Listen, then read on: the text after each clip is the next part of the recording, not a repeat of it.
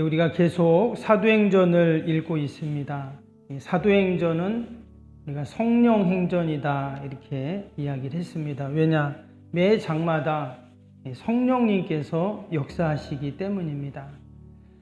그냥 사람이 나오는 것 같고 사건들이 일어나는 것 같지만 그 이면에는 분명 성령님의 역사가 있었습니다.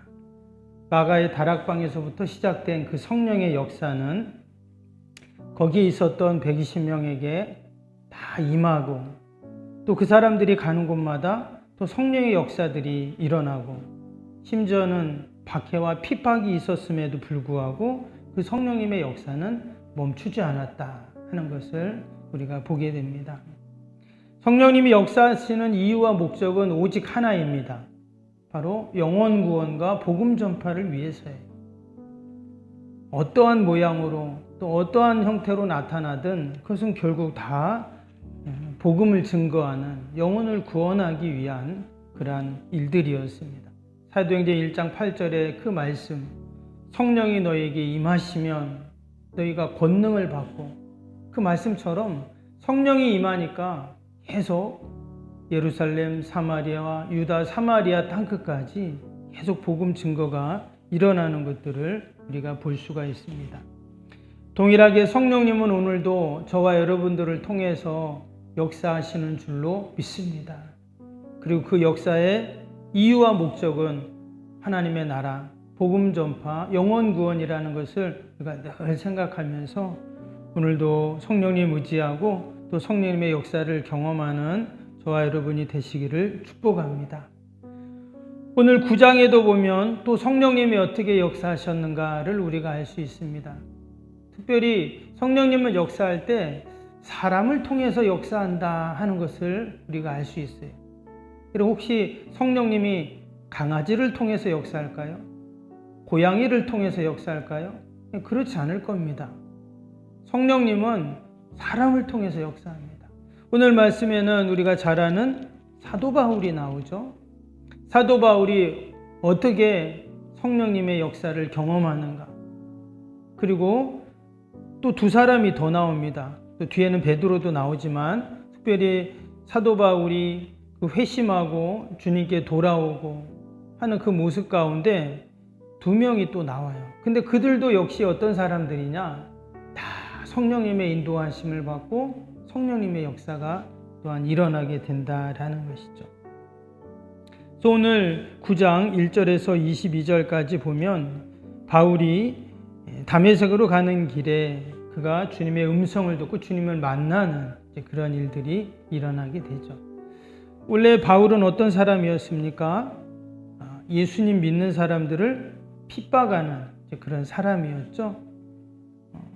근데 이 바울이 왜 이처럼 믿는 사람들을 핍박하고 또 막 잡아 가두고 왜 이런 일을 지금 하고 있을까요? 요즘에 그 목사님들하고 같이 북클럽을 하는데 함께 읽는 책이 바울 평전이라는 책입니다. 이렇게 두꺼운 책인데 같이 목사님들하고 같이 그 책을 읽으면서 바울이라는 사람에 대해서 또 다시 한번 좀 생각을 해보게 되었어요. 이 바울이 참 열심이잖아요. 교회를 핍박하고 믿는 사람들을 핍박하는데 너무 열심히 해요. 이 사람이 왜 이렇게 열심인가 봤더니 당시 바울만 그렇게 열심이 아니라 당시에 그 유대인들이 그렇게 열심이었다는 거예요. 근데 그것이 자기들에게는 하나님이 보시기에는 옳다 이렇게 생각을 하는 거예요. 자기들 입장에서 볼 때 여러분 기독교인들은 어떤 사람들입니까? 예수님을 전하고 또 복음을 전하는 그들을 볼 때는 완전히 이단 중에 이단의 종파로 이제 생각을 했던 것이죠. 때문에 그들을 없애고 그들을 잠재우고 그들이 사라지는 것이 하나님이 기뻐하시는 일이다. 그렇게 이제 생각을 한 것입니다. 그래서 우리가 앞에 보았듯이 그 스데반 집사가 돌에 맞아 순교할 때도 그 자리에 누가 있었어요? 바울이 있었어요. 8장 1절에 보면 사울은 그가 죽임당함을 마땅하게 여겼다 그랬어요. 그만큼 그들은 열심히 있었지만 그 열심이 도리어 하나님의 영광을 가리고 성령님을 슬프게 하는 그러한 열심이었다는 것을 우리는 알 수가 있습니다. 그런 그가 오늘 9장에서 어때요? 완전히 극적으로 그가 바뀌게 됩니다. 원래 사도 바울은 사도가 아니잖아요. 근데 우리는 늘 바울을 이야기할 때 사도 바울 이렇게 표현을 합니다. 사도가 아니었음에도 불구하고 그를 사도라고 칭하고, 그뿐만 아니라 그 사도 바울의 회심으로 인해서 이제 13장부터 보면 그가 이제 전도여행, 선교여행하는 것이 나오는데, 이제 사도행전 절반이 그 바울의 선교여행, 전도여행에 대한 내용입니다. 더 나아가서 신약 성경 27권 중에 절반인 13권을 사도 바울이 기록하는 이러한 일들이 일어나게 되는 것이죠. 사도 바울은 초대교회뿐만 아니라 2000년 교회사 가운데 가장 큰 영향력을 끼친 사람이 바로 사도 바울이에요. 그런데 그가 회심하고 또 이렇게 전도하고 또 어마어마한 영향력을 끼치는 그 이면에는 바로 성령님의 역사였다 하는 것을 우리가 또 다시 한번 기억을 하게 됩니다. 오늘 사도 바울이 이처럼 변화되고 또 주님의 사역을 감당함에 있어서 성령님의 역사라고 이렇게 말씀을 드렸는데, 그 역사의 과정을 한번 잠깐 볼까요? 3절을 한번 다시 한번 보겠습니다. 3절을 보시면, 사울이 길을 가다가 다메섹에 가까이 이르더니 호련히 하늘로부터 빛이 그를 둘러 비치는지라 했습니다. 그리고는 음성이 들렸죠. 사울아 사울아 내가 어찌하여 나를 박해하느냐. 여러분, 지금 사울이 주님을 만나고 회심하는 그런 과정인데, 그가 하늘로부터 그 빛이 그를 쫙 비쳤습니다. 그리고 또 사울아 사울아 어찌하여 나를 박해하느냐, 또 그 하나님의 음성을 듣게 됩니다. 주님의 음성을 듣게 되죠. 여러분, 지금 이 모습이 어떻습니까? 아주 신비한 체험이잖아요. 이것을 이성적으로, 우리가 과학적으로, 합리적으로 사실 설명할 수가 없어요. 갑자기 빛이 팍 비치고 음성을 듣고, 그리고 여기 보면 9절에 뭐라고 하냐면 사흘 동안 보지 못하고 먹지도 못하고 이랬다고 나왔어요. 여러분, 우리의 이성으로, 상식으로, 경험으로 이해할 수 없는 성령님의 역사임을 우리는 알 수가 있습니다. 오늘도 성령님은 나의 생각, 나의 경험, 이성을 뛰어넘는 분이세요. 그래서 우리는 늘 성령님을 의지합니다. 바울은 아마 일평생 이날의 경험을 잊지 못했을 것입니다. 우리는 이것을 소위 영적인 체험이다 이렇게 얘기를 하잖아요.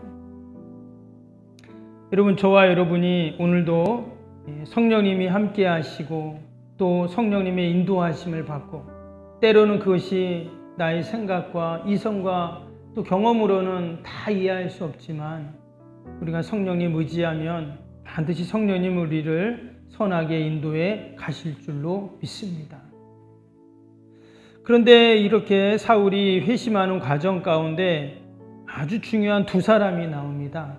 한 사람은 아나니아라는 사람이고 또 한 사람은 바나바라는 사람이죠. 오늘 아나니아 10절에 보면 이 아나니아라는 사람에게도 하나님의 음성이 들립니다. 볼까요? 그때 다메섹에 아나니아라는 제자가 있더니 주께서 환상 중에 불러 이르되 아나니아야 하시거늘 대답하되 주여 내가 여기 있나이다 하니 주께서 이르시되 일어나 직가라는 거리로 가서 유다의 집에서 다섯 사람 사울이라는 사람을 찾으라. 그가 기도하는 중이니라. 그가 아나니아라는 사람이 들어와서 자기에게 안수하여 다시 보게 하는 것을 보았느니라. 여기 보니까 하나님께서 아나니아에게 지금 바울에게 가서 그에게 안수해라, 기도해줘라 이런 얘기를 합니다.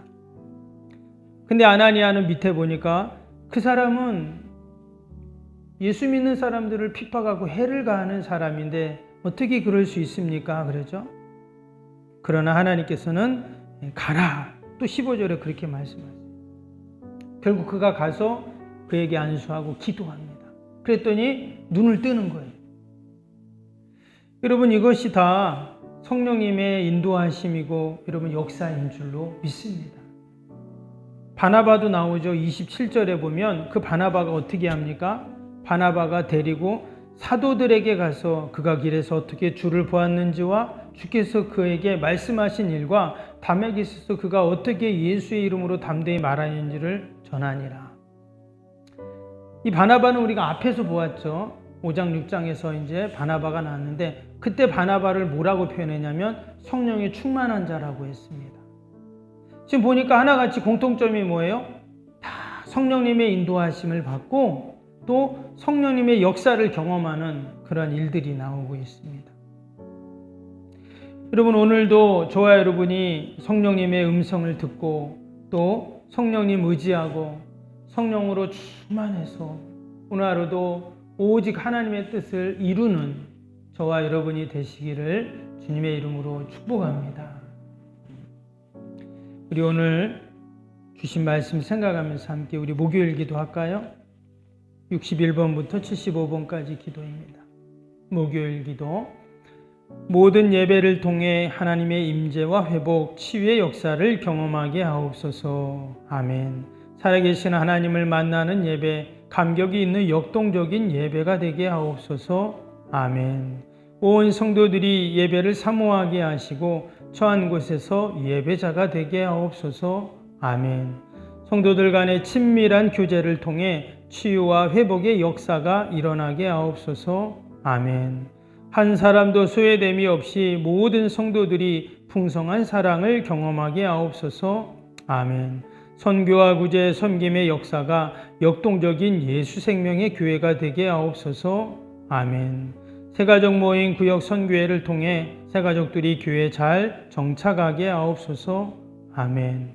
올해도 구역 모임과 부서 모임, 남녀 선교회 모임이 잘 이루어지게 하옵소서. 아멘. 귀학교가 더욱 부흥하고 청년부 모임이 활성화되게 하옵소서. 아멘. 성도들이 직분과 은사를 따라 1인 1사형을 실천하며 교회를 섬기게 하옵소서. 아멘. 모든 성도들이 예수님의 섬김과 헌신의 마음을 품고 신실하게 행하게 하옵소서. 아멘. 성도들의 다양한 은사와 잠재력이 섬김의 장으로 잘 연결되어 섬기게 하옵소서. 아멘. 성도들이 영혼구원에 대한 마음을 품고 전도 대상자들을 위해 기도하게 하옵소서. 아멘. 모든 성도들이 복음의 가치를 알고 복음의 씨앗을 뿌리는 삶을 살게 하옵소서. 아멘. 매주 새가족이 등록하게 하시고 교회 믿음의 뿌리를 잘 내리게 하옵소서. 아멘. 예수님의 이름으로 기도합니다. 아멘. 사랑과 은혜가 충만하신 하나님 아버지, 오늘도 우리가 의지할 분은 오직 성령님이신 줄로 믿습니다. 성령님을 의지하고 성령님의 인도하심을 따라가고 오늘도 성령 충만하여서 우리의 삶 가운데 날마다 성령님의 역사가 일어나게 하여 주옵소서. 하나님, 귀한 새벽에도 또 우리가 나라 민족과 교회와 이웃과 또 우리 사랑하는 자녀들 하나님 다 올려드리오니 하나님 함께 하시고 하늘의 은혜와 복으로 충만케 하여 주옵소서. 내 힘으로 할 수 없지만 성령님 도와주시면 해결할 줄로 믿습니다. 성령님이 함께 하시면 우리가 새 힘이 나고 용기가 생기고 아버지 더욱더 하나님 우리에게 맡겨진 사명 넉넉히 감당할 줄로 믿사오니 오늘도 오직 성령님 바라보며 붙잡게 하여 주옵소서. 연약한 육신도 강건케 하여 주시고 우리의 무너진 마음도 다시금 회복시켜 주시고 날마다 샘솟는 은혜와 복이 있게 하여 주옵소서. 아버지, 기도회에는 이런 종류가 날 수 없다고 하셨사오니 기도할 때 반드시 이루어지고 해결될 줄로 믿습니다. 다시 한번 약속의 말씀 꼭 붙잡고 기도하게 하여 주옵소서. 예수님의 이름으로 기도하옵나이다. 아멘. 하늘에 계신 우리 아버지, 아버지의 이름을 거룩하게 하시며 아버지의 나라가 오게 하시며 아버지의 뜻이 하늘에서와 같이 땅에서도 이루어지게 하소서.